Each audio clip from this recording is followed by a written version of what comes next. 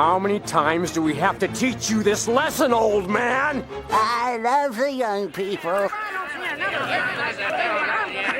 This is a pretty simple theory, but I'm pretty sure I have solved the mystery of the Tau ethereals. And no, they are not any species of Tau. I believe they are the Wundun. Now, for those of you who don't know, the Wundun were an alien species that had a massive empire that rivaled the Imperium of Man. Hey, small editor's note, in canon, all of the records, or at least like 99% of the records of the Wundun Xenocides were scrubbed, and the lore on them is very, like, Space Marine oriented. Like, we only really see all sides, we don't really see anything on the side, so we really don't know too much about the Wundun. This also means that we've never got, like, a super accurate description of the Wundun, so there's no official art or fan art, so you're gonna be seeing all sorts of, like, weird aliens that I'll just be putting on screen to act as the Wundun. Anything from, you know, HUD to this to that, even aliens outside of the 4K universe. So, back to the video. They first encountered each other. Obviously, there were just some skirmishes at first, but when they really got geared up for war, it was a World War II-esque fight to the death, where both sides were brought to their brink. In fact, the only reason the Ultramarines were the largest legion is because of the sheer amount of casualties the Dark Angels got in the first of the 3 Wundun Xenocides. The Dark Angels were the spear tip against the darkness. It wasn't just them. 9 whole legions who fought them, and they barely won, with massive contingents of the other legions. Not a single legion didn't send warriors to fight the Wundun. And I'm not talking about 1 or 2 dudes. No, I'm talking about these legion days. So by contingents, we're talking about greater companies. Thousands, tens of thousands, dozens of thousands of Marines gifted over to the war effort, alongside trillions of Imperial Guardsmen.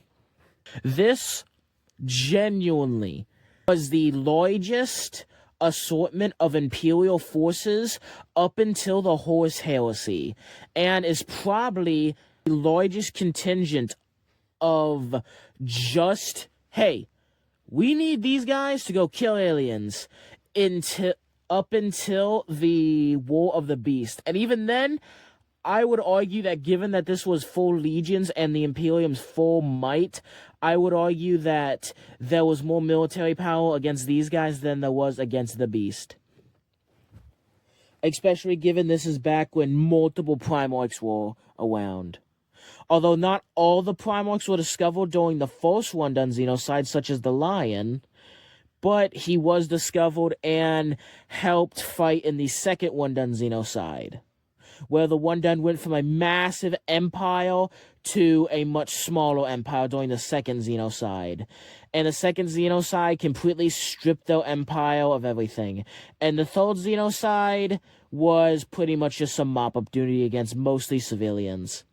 So the first one was the Imperium equivalent of World War II. The second one was the Imperium equivalent of Vietnam, except we won.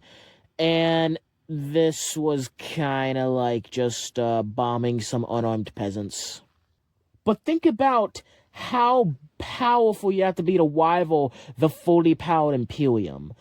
I sincerely doubt that they didn't have contingents, at least in certain parts of the galaxy. Outposts, military bases, science labs, something. I sincerely doubt we got them all.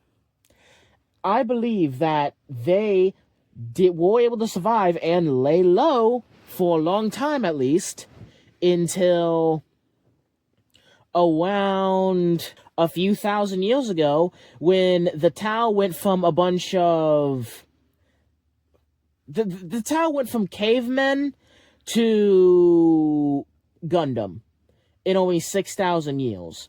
And the reason this happened is because the Tau were just a bunch of dudes. They just discovered fire. They were just like, you know, the Rock was the greatest weapon, greatest military feat they achieved. Fire was the greatest scientific achievement. And the Mechanicum saw them and was just going to exterminate them and take the planet.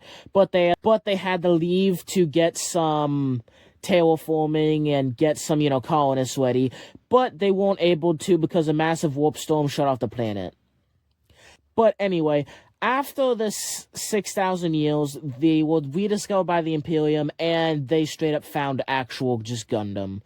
Now, the reason why they went from rock throwers to Gundam, when it took mankind hundreds of thousands of years to get to anywhere near that point, is the ethereals. The ethereals pretty much just showed up, united the entire species with sheer charisma, and definitely not pheromones. And by pheromones, I mean definitely not psycho powers that were just controlling the other guys and manipulating them. And they showed up and they took control. Now, there's really no explanation on why this fifth cast showed up. If you want more information on the Wundun, please watch this guy's video. He explained them way better than I did. And if you want more information on the Tau, please watch my previous video on the Tau. Pretty much just 4 casts, water, fire, you get the gist. And this fifth cast pretty much united them all under one banner almost instantly, and I believe they used psycho powers to do this. Now, the Wundun, back in the Great Crusade, had massive slave armies that they were able to brute force control with their psycho powers. I believe they dialed back their psycho powers. Not that they couldn't just brute force mind control the Tau. They could.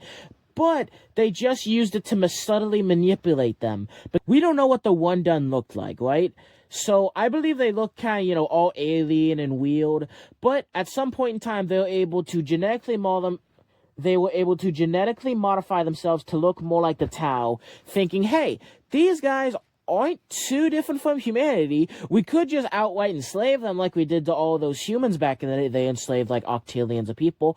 But instead, let's use our psycho powers to simply manipulate them and make them kind of worship us. I mean, not worship us. I mean, of course they wouldn't worship us.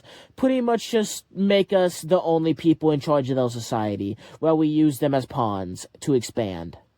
This also makes sense because the Wundun had many races under their banner, and so do the Tau. And also, the most devoted human imaginable, the king of racism, an Uncle Ruckus-esque individual, an emperor-loving, Xenos-hating individual, after a 5-minute chat with an ethereal, will instantly join the greater good.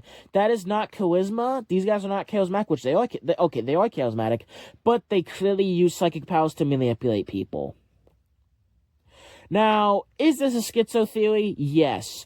Is it true? I like to think that it is. There had to be a couple Wundun running around. I imagine there are still a couple true, actual Wundun running around, but I like to imagine that some of them were able to twist themselves using their psychic powers or technology into looking like or being more genetically similar to the Tau. Either way, their plan worked out pretty well. This, and my theory of them using psycho powers, also makes sense because the second Commander Farsight was not around them. He instantly, awoke. This also proves my theory that instead of direct mind control or pheromones, that it's much more like subtle mind control and manipulations. So, the Tau are not psychos, but the ethereals most certainly are. And that is why the ethereals are banned from all Farsight Enclave territory. Alright, what do you think of my theory on the Tau ethereals simply being Wundun? I actually truly do believe this theory because we have no explanation on where the ethereals came from. They literally just spawned in and were able to instantly take over. And also the second they're not around someone, they lose control over them. That's clearly psychic manipulation. And also the fact that they knew about demons, which, how on God's green earth are they going to know about demons? I mean, did the technology guys, the Earthcast, tell them? God, no, they don't know about demons. So they had to have had some sort of psycho powers to know about demons before anyone else did. Because part of the reason why good old Farsight adopted his enclaves is because he was so outraged that the ethereals knew about demons and didn't tell them. So that's just a little reason that the ethereals are big boy psychos and are pretending not to be psychos, and are using those psycho powers to control the rest of the Empire. Alright, hope you like my theory. Catch you in the next one.